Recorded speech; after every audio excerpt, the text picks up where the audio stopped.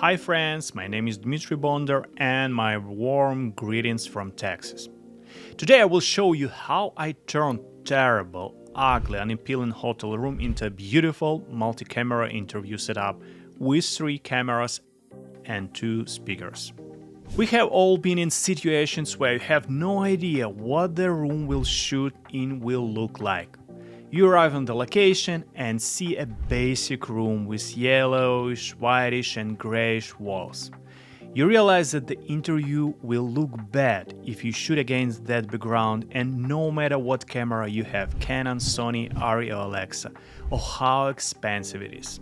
This was precisely one of these cases. The client invited me to shoot an interview in a podcast style, and when I saw those walls I almost wanted to cry. By the way, stick around until the end, I'll show you a super handy and quick method for editing this kind of multi-camera interview in just 2 minutes, saving you hours of manual work. Trust me, you'll save yourself a ton of time. Okay, crying is not an option, even if the room is awful. So I quickly decided that I needed to light the background to separate our subject from the wall in the background where we were going to film the interview. I usually use specific lights like Amaran T2C or T4C, or slightly cheaper option like Godox TL60. Basically, any light lets you choose the right color to fill the background. I set up the first light on the left and the second on the right, which allowed me to choose the right color. In this case, a blue color worked really well. By the way, for quick mounting of tube lights, make sure you have plastic clips that let you attach the light to a stand or tripod quickly and connect them to power so you can set the color you need. The second type of light you need in this situation is larger lights with diffusers. In this case, I used one Apertura 300X and Godox P90. I usually don't mix brands during the shoots, but this was one of those cases where I didn't know the type of shoot or location beforehand. The 2 lights were directed at our speakers, positioned slightly above their heads, so that each light illuminated the opposite speaker.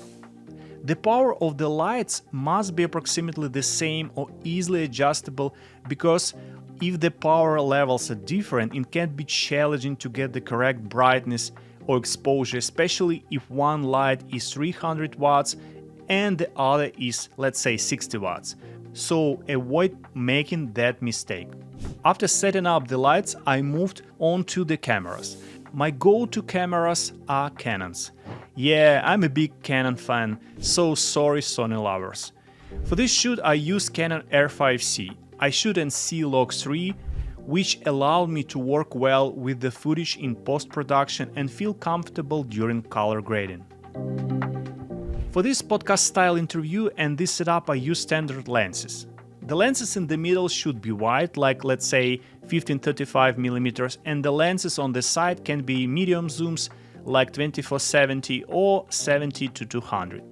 If you have a prime lens like 50mm or 85mm, that works great too, as it gives you nice close-up shots of the speaker and their face. Regarding camera power, I'm a big fan of V-mount batteries, which let you record interviews without worrying about your camera's power. I use FX Leon V-mount batteries with 150 Wh/hour capacity. I've tested them so many times and they usually last almost a whole day without needing a change. Now about sound.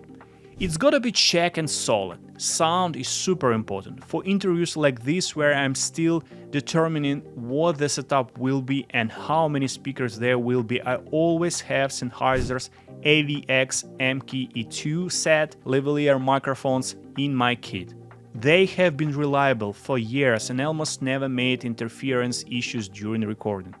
Of course, if I have more time, I use a Rode NT-G4 Plus boom mic. It's a high-quality directional mic.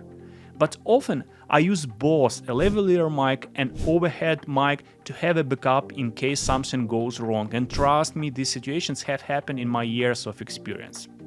My trusted recording in almost every case is Zoom F6, which has excellent preamps and the ability to record 32-bit sound, always working perfectly and bulletproof. So after that, when everything was ready, the speakers came in and the interviews began. Again, the goal of this video was to show you how you can quickly turn a terrible looking room into a beautiful interview that a client will love. And of course, this setup is not expensive, so everybody can do it.